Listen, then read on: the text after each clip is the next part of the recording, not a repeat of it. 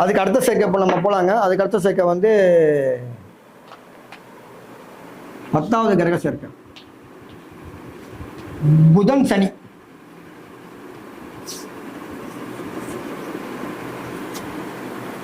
புதன் சனி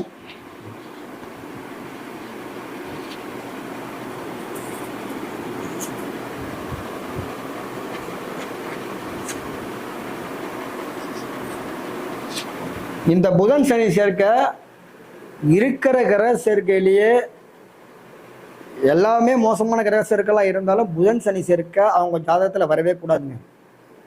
ரொம்ப ரொம்ப ரொம்ப ரொம்ப பாவன்னு சொல்றக்கூடியதுல அந்த புதன் சனி சேர்க்கை தான்.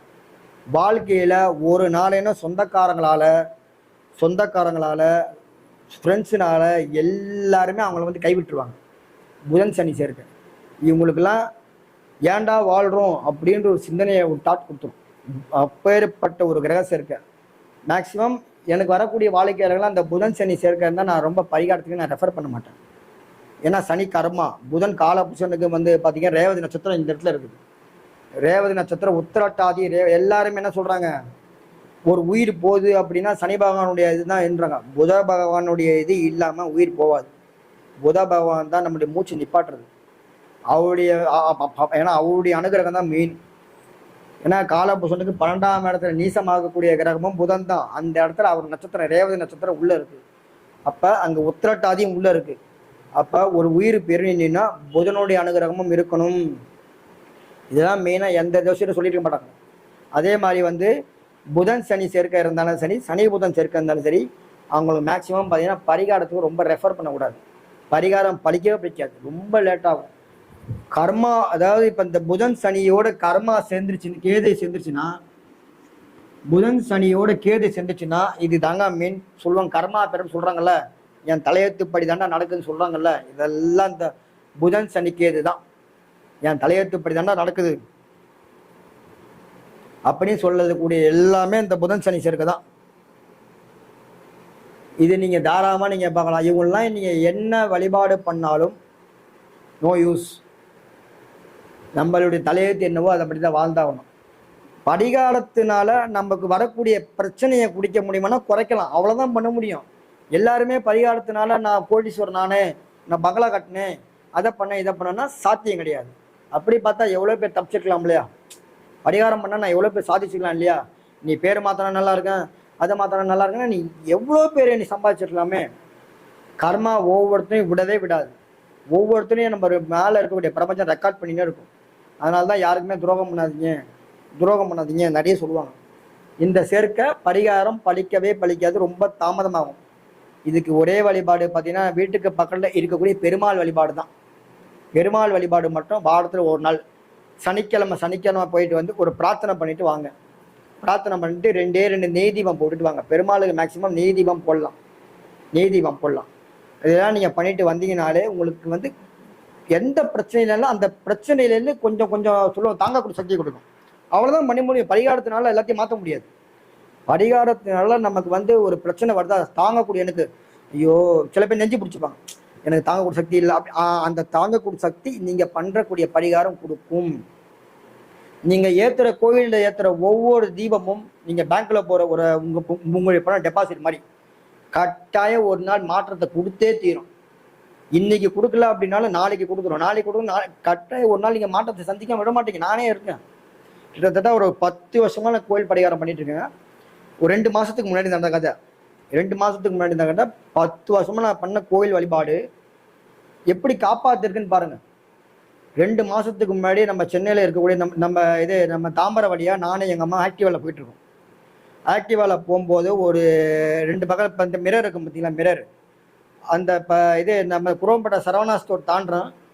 கரெக்டாக அந்த மிரரில் வந்து ஒரு அந்த இவன் வந்து ஒரு லைட் தட்டிட்டு போயிட்டான். ஆட்டோக்காரன் வந்து தட்டிட்டு போன அப்புறம் கரெக்டாக கண்ணாடியில் தட்டிட்டு போன அப்புறம் கண்ணாடி அப்படியே திரும்புது. கண்ணாடி திரும்பினா என்ன ஆகும், வண்டி பேலன்ஸ் திரும்பும். ஏன்னா வண்டி பேலன்ஸு கண்ணாடி தட்டின உடனே வண்டி பேலன்ஸ் திரும்பிடுங்க. உண்மையிலே சொல்கிறாங்க, ஓப்பனாக சொல்கிறேன், மறைக்கிறதுக்கு ஒன்றும் இல்லை. 2 பேருமே கீழே விழலை. நானும் சரி எங்கள் அம்மாவும் சரி 2 பேருமே கீழே விழலை. அப்போ நமக்கு மேலே தெய்வம் சப்போர்ட் பண்ணதா இல்லையா? 2 பேருமே நாளைக்கு ஏதாவது ஆச்சு, 2 பேர் ஹாஸ்பிட்டல் அட்மிட் ஆகிறேன்னா என்ன பண்ணுவீங்க? அது உங்களுக்கே தெரியும், சென்னையில் தாம்பரம் குரம்பேட்டை சரவணா ஸ்டோர் ஏரியா எப்பேற்பட்ட ஏரியா, பல பேர் தெரிஞ்சுக்க வாய்ப்பு இருக்குது. அப்பேற்பட்ட ஏரியாவில் ஆட்டோவார் நிற்காம போயிட்டான். நான் ஒரு செகண்ட் வந்து வண்டி இப்படி பிடிச்சி ஸ்டாண்டு போடலன்னா எங்கள் அம்மாவுக்கு அடிபட்டதுன்னா நான் நேரம் வந்து நீங்கள் நிற்க கூட முடியாது. எங்கள் அம்மாவுக்கு அடிபட்டிருக்கும். எங்கள் அம்மாவுக்கு அடிபட்டு ஹாஸ்பிட்டல் தான் இருந்திருப்பாங்க. ஆனால் 2 பேருமே கீழே விழலைங்க. இதான் உண்மை, ஓப்பனாக சொல்கிறேன். இதில் 2 பேருமே கீழே விழாமல் ஆண்டு சொல்லுவாங்கல்ல, ஆண்டவன் முன்னேட்டில் காப்பாற்றிட்டா இருப்பா அப்படி சொல்லுவாங்கல்ல, அது அன்றைக்கி நடந்தது. இதுதான் சொல்கிறேன், தெய்வ வழிபாடு மட்டும் விட்டுறாதீங்க. உங்களுக்கு பிடிச்ச தெய்வத்தை வழிபாடு பண்ணுங்க. எந்த தெய்வத்தை வேணால் பிடிச்சிங்க, ஒரு தெய்வத்தை கெட்டியமாக பிடிச்சிங்க. எனக்கு வந்து ஒன்றும் இல்லை, நான் ஒரே தெய்வம்னா நம்ம இந்த பிள்ளையார் மட்டும்தான். பிள்ளையாரை வேணும், காஞ்சி காமாட்சி அம்மன் வேணும், பிரத்திங்கரா, ஒரு 2-3 பேர் மட்டும்தான் அதிகமாக வழிபாடு பண்ணிட்டு இருப்பேன். வழிபாடு அதிகமாக பண்ணுவேன். என்னுடைய குலதெய்வத்தை முக்கியத்துவம் கொடுப்பேன். சில பேர் குலதெய்வத்தை கண்டுபிடிக்கலாம், நீங்கள் ஏகப்பட்ட இது வந்து பரிகாரத்தை காசு வாங்கணும். குலதெய்வத்தை கண்டுபிடிக்கிறீங்கன்னா நீங்கள் நிறைய காசு. நான் குலதெய்வம் கண்டுபிடிக்கிறதுக்குன்னு பல லட்சம் இழந்தேன். குலதெய்வம் கண்டுபிடிக்கிறீங்க நீங்கள் ஒன்றும் இல்லை, பிரத்யங்கரா தேவி கோயிலுங்களா, உங்கள் குலதெய்வம் என்னன்னு கரெக்டாக காமிச்சு கொடுப்பா. போய் வேண்டல் வச்சுக்கலாமா, என் குலதெய்வம் தெரில, ஆளாளுக்கு ஒன்று சொல்கிறாங்க. நான் 10 ஜோசியர்கிட்ட போனால் 10 பேர் 10 சொல்கிறான். என் குலதெய்வம் என்ன நீயே காமிச்சு கொடு, கேளுங்க. கட்டாயம் உங்கள் குலதெய்வத்தை காமிச்சு கொடுப்பா. கண்டிப்பாக உங்களுடைய ஜாதி எப்பேர், ஏன்னா உங்கள் குடும்பத்தில் குலதெய்வத்தை கண்டுபிடிக்கணும்னா உங்கள் குடும்பத்தில் இருக்கக்கூடிய முதல் ஆண் வாரிசு ஜாதகத்தில் மட்டும்தான் குலதெய்வத்தை பர்ஃபெக்டாக கண்டுபிடிக்க முடியும். வேறு எந்த ஜாதகத்திலும் கண்டுபிடிக்க முடியாது. ஏன்னா இப்போ வந்து 2வது ஒருத்தர் இருப்பார், 3வது ஒருத்தர் இருப்பார், அதுக்கு வந்து பாருங்கள் லக்கணம் மாறும். இப்போ வந்து 3வது ஒருத்தர் இருப்பார், லக்கணம் மாறும். அப்போ என்ன ஆகும், இதுதான் குலதெய்வம் கன்ஃபியூஷன் ஆகிடும். உங்கள் குடும்பத்தை பிறக்கக்கூடிய முதல் ஆண் வாரிசாக இருக்கணும், பெண் வாரிசு இருக்கக்கூடாது. முதல் ஆண் வாரிசு ஜாதகத்தில் மட்டும்தான் குலதெய்வத்தை கண்டுபிடிக்க முடியும். குலதெய்வத்தை கண்டுபிடிக்க முடியும், வேறு எதுலையுமே குலதெய்வத்தை கண்டுபிடிக்க முடியாது. அதை விட்டுட்டிங்கன்னா நீங்கள் டேரெக்டாக பிரசனம் போட்டு எப்படி தெய்வம் எந்தெந்த மாதிரிலாம் இருக்குது அப்படின்றத நீங்கள் தாராளமாக நீங்கள் கேட்கலாம், அது சொல்லலாம். பட் உங்களுடைய பூர்வீகம் தெரியணுமா இல்லையா? பூர்வீகம் தெரியாமல் குலதெய்வத்தை மேக்சிமம் கண்டுபிடிக்க முடியாது, கஷ்டம்தான். ஏன்னா பல பேர் வந்து தெய்வத்தை சொல்லிடலாம், ஆனால் எந்த இடத்துல இருக்குன்னு சொல்கிறதுக்கு நிறைய எக்ஸ்பீரியன்ஸ் நிறைய வேணும். அதெல்லாம் ஜோதிடத்தில் ஆழ்ந்த புலமை, அதெல்லாம் அஷ்டமங்கல பிரசன்னத்தில் தான் குலதெய்வத்தை பர்ஃபெக்டாக கண்டுபிடிக்க முடியும். சும்மா வந்து சோழியை போட்டேன் கண்டுபிடிச்சேன், அதெல்லாம் சும்மா. நான் 10 வருஷத்துக்கு முன்னாடி சோழி பிரசன்னம் நான் ஒருத்தட்ட பார்க்கும்போது என் குலதெய்வம் பார்த்தீங்கன்னா செஞ்சியில் இருக்கக்கூடிய மயில முருகன் குலதெய்வம் வந்தது. அதுக்கு அடுத்து அஷ்டமங்கல பிரசன்னம் 2வது தடவை பார்க்கும்போது 3 தெய்வம் வந்தது. ஏன் இப்போ சோழி பிரசனத்தில் வரல? கேள்வி வருமா வரதா? அப்போ அஷ்டமங்கல பிரசனம் இன்னைக்கு வந்து 50,000 இன்னைக்கு வரைக்கும் செலவாகுது. அப்போ நம்மளால் 50,000 வரைக்கும் செலவு பண்ண முடியுமா? அப்போ உங்கள் வீட்லேயே எந்த மாதிரி வழிபாடு பண்ணலாம் அப்படின்றது சொல்கிறேன். குலதெய்வம் கண்டுபிடிக்கிறதுக்கு உண்டான சூழ்ச்சமும் நான் நீ சொல்கிறேன், அதுவும் நீங்கள் இது பண்ணி பயன்படுத்திங்க.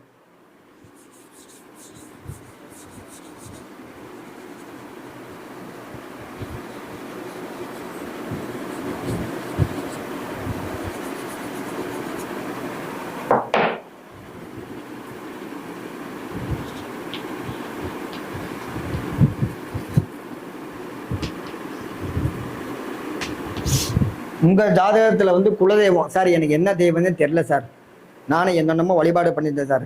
ஒன்றும் இல்லை, உங்கள் ஜாதகத்தில் பாருங்கள், ராகு பகவான் இருக்கக்கூடிய ஒரே கிரகம் பார்த்தீங்கன்னா திஜி சூன்யத்துக்கு போகக்கூடாது. ராகு திஜி சூன்யத்துக்கு போயிட்டாங்கன்னா நீங்கள் வந்து வழிபடக்கூடிய குலதெய்வம் தப்புன்னு அர்த்தம்.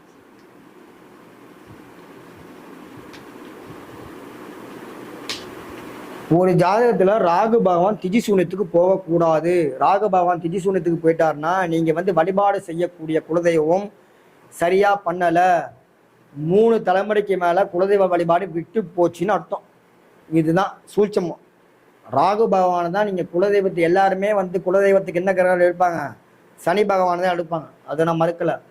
சனி பகவான் குலதெய்வத்தை இண்டிகேட் பண்ணுவார்.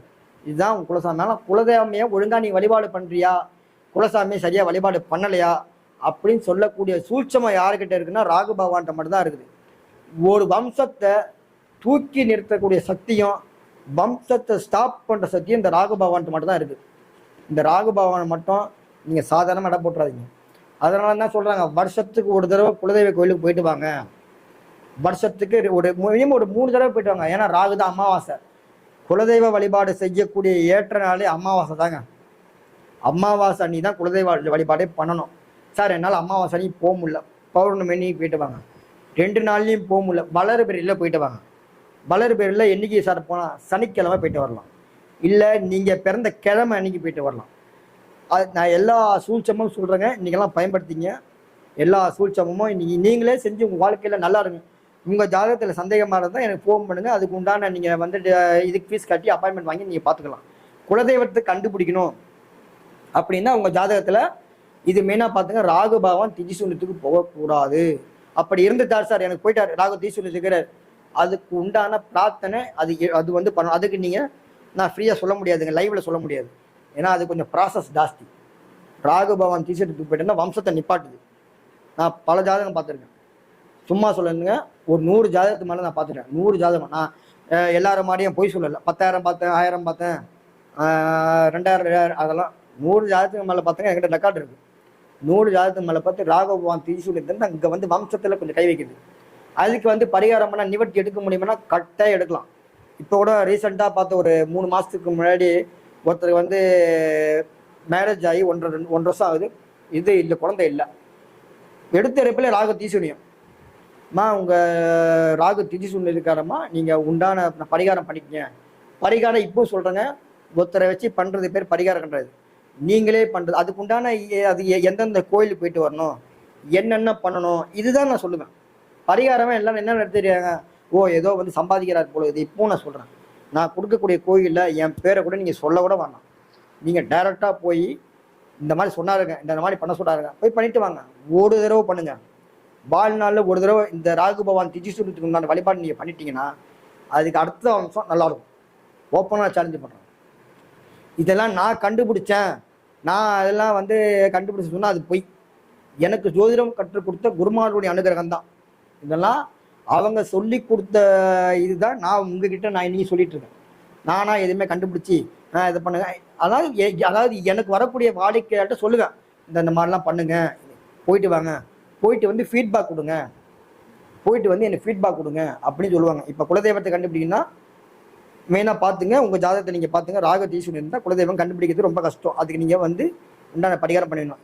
2வது, சார் எனக்கு ராகு பகவான் நல்லா இருக்கிறா சார், எனக்கு சனி பகவான் நல்லா இருக்கிறா சார், ஆனால் குலதெய்வம் தெரியல சார் அப்படின்னா காலையில் டெய்லி ஒரு 48 நாளைக்கு ஒருத்தர் இந்த பரிகாரம் நான் ஒருத்தருக்கு சொல்லி குலதெய்வம் கண்டுபிடிச்சார். அவரே தான் கண்டுபிடிச்சார். நான் கூட சொல்லு, தம்பி உனக்கு இந்த மாதிரிலாம் இருக்குப்பா, அவருடைய நம்பர் கூட இருக்குது, எல்லாமே இருக்குது. எனக்கு மாதத்தில் ஒரு நாள் கால் பண்ணி கேட்பார். எதுவாக இருந்தாலும் என்கிட்ட கேட்காம சொல்ல மாட்டார். ஆனால் நீங்கள் சொன்ன மாதிரி குலதெய்வம் கண்டுபிடிச்சாச்சுனே, போயிட்டு வந்தேன், நல்ல மாற்றம் தெரியும். இதுதாங்க சந்தோஷம். ஒரு ஜோதிடருக்கு குலதெய்வம் கண்டுபிடிச்சி நான் போயிட்டு வந்த மாற்றம் சொல்கிறாரு பார்த்தீங்களா, அந்த சந்தோஷம் தான் எனக்கு சந்தோஷம். இதில் அவருக்கு எனக்கு நாளைக்கு குலதெய்வம் கண்டுபிடிச்சாப்பா உனக்கு 2000 அனுப்புப்பா, அந்த வேலையே கிடையாது. சரிப்பா நாளைக்கு ஒரு 10 ரூபா போட்டுருப்பா, ஒரு பைசா கூட நீ எனக்கு போட வேணாம்.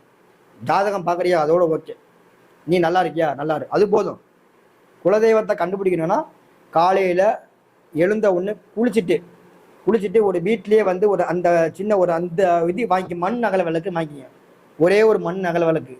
அதில் வந்து சுத்தமான இழுப்பு எண்ணெய்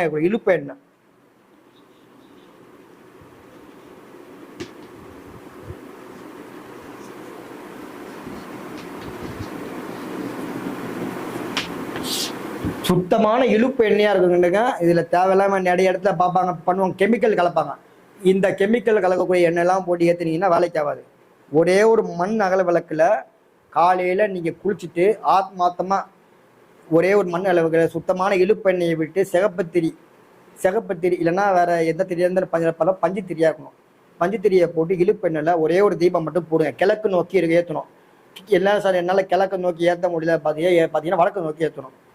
இது வந்து தொடர்ந்து 48 நாளைக்கு காலையில் ஒரு தீபம், சாயந்தரம் ஒரு தீபம், ஒரே ஒரு மண் அகல விளக்கு மட்டும்தான். கீழே தட்டு இருக்கணும். இழுப்பெண்ணெயில் ஏற்றத்துக்கு முன்னாடி ஒரு 2 நிமிஷம் நீங்கள் பிரார்த்தனை பண்ணணும். என்னுடைய குலதெய்வமே, நீ எந்த இடத்துல இருந்தாலும் யார் மூலமாவது எங்களுக்கு வந்து நீ எங்கே இருக்கின்றதை என்னை காட்டி கொடு. நாங்கள் உங்களை வந்து பார்த்தீங்கன்னா எடுத்து வழிபாடு பண்ணுறதுக்கு தயாராக இருக்கோம். ஆனால் நீ எந்த இடத்துல இருக்கா, யார் என்ன தெய்வம்னு எனக்கு தெரியல, நானும் பல இடத்துல பார்த்துட்டேன், எனக்கு ரொம்ப குழப்பமாக இருக்குது. தயவு செஞ்சு எங்கள் குடும்பத்தை காப்பாற்றுறதுக்கு நீ எங்கே இருந்தாலும் நீ ஓடி வந்து எங்களை வந்து காட்சி கொடு. இது எங்கள் முன்னோர்கள் என்ன தவறு பண்ணியிருந்தாலும் அதை மன்னிச்சு எங்கள் குடும்பத்துக்கு நல்லபடியாக பார்த்தீங்கன்னா நாளைக்கு நான் வம்ச விருத்தி கொடு. ஏன்னா ஒன்னால் மட்டும்தான் வம்ச விருத்தி கொடுக்க முடியும். அப்படின்னு நீங்கள் உங்கள் குலதெய்வத்தை நீங்கள் பிரார்த்தனை பண்ணி ஒரு சொம்புல தண்ணி இந்த தீபம் ஏற்றுட்டீங்கல்ல காலையில் மண் அகல விளக்குல ஏற்றுற தீபத்துக்கு பக்கத்தில் ஒரு சொம்புல ஒரு சின்னதாக ஒரு அந்த மண் அகல விளக்குல தீபம் ஏற்றி ஒரு சொம்புல தண்ணி வச்சிருங்க. தண்ணி வச்சுட்டு அப்போ அந்த தண்ணியை டெய்லி மாற்றிடுங்க. காலையில் ஒன்ஸ் மாற்றினா மட்டும் போதும். நைட்டு நீங்கள் சாயந்தரம் ஏற்ற தீபத்துக்கு மாற்றக்கூடாது. காலையில் தெரியாது, சாயந்தரம் ஒரு தீபம். தொடர்ந்து 48 நாள் ஒரு மண்டலம் நீங்கள் நாள் பார்த்துங்க, டேட் பார்த்துங்க, அதுலேருந்து 40 தொடர்ந்து ஏற்றிட்டே வாங்க. இல்லை சார் என்னால் 48 நாள் எனக்கு தெரியல சார்னா 90 நாள் ஏற்றுங்க. ஏன்னா ஒரு சில பேருக்கு ரொம்ப பிரச்சனை அதிகமாக இருக்கும், பிரச்சனை குடும்பத்தில் அதிகமாக இருக்கும். அப்போ குலதெய்வம் உள்ள வரதுக்கு லேட் ஆகும். குலதெய்வத்தை உள்ள வர வரைக்கணும்னா அதுக்கு ஒரே ஒரு சக்தி, இந்த தீபத்து இழுப்பெண்ண தீபத்துக்கு மட்டும்தாங்க இருக்குது. மண் அகல விளக்கில் தான் ஏற்றுவோம். நல்லா கேட்டுங்க. சின்னதாக அந்த அதுக்கு பெருசாலாம் ஏற்றணும் தேவையில்ல. சின்ன மண் அகல விளக்காக இருந்தாலும் நம்பிக்கையாக ஏற்றுங்க. நம்பிக்கை தான் முக்கியம். என் குலதெய்வம் என்னை தேடி வரும். உங்களுக்கு ஒன்று பார்த்தீங்கன்னா கனவுல வரும், இல்லை யார் மூலமாவது உங்களுக்கு சொந்தக்காரங்க மூலமாகவோ இல்லை பங்காளிங்க மூலமாகவோ தெரிய வரும். இன்னும் மூணாவது என்ன பார்த்தீங்கன்னா, நீங்கள் ஒரு இடத்துக்கு போறீங்க, ஒரு கோயிலுக்கு போறீங்க. கோயிலுக்கு போகும்போது அந்த இடத்துல உங்களுக்கு பக்கத்தில் யாரோ பேசிட்டு இருப்பாங்க. எங்கள் முன்னோர்கள் அந்த இடத்துல ஒரு தெய்வத்தை வழிபாடு பண்ணி விட்டுட்டாங்க. இன்னைக்கு தாங்க என்னால் கண்டுபிடிக்க முடியுது.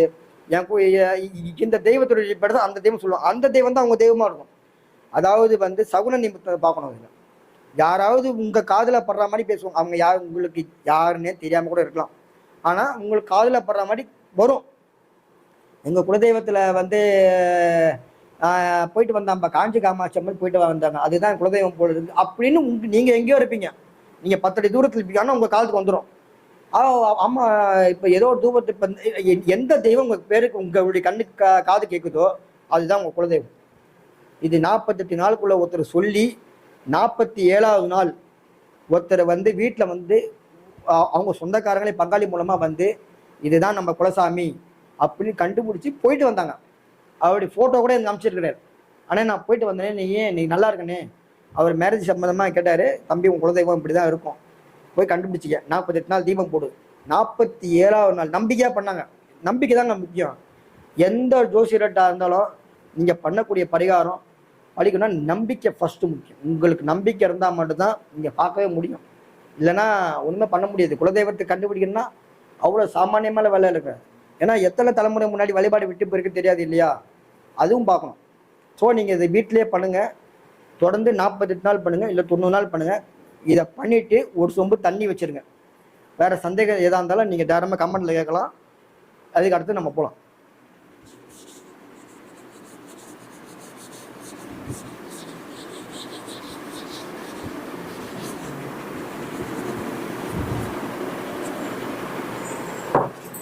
மேடம் எப்படி போய் பாருங்க.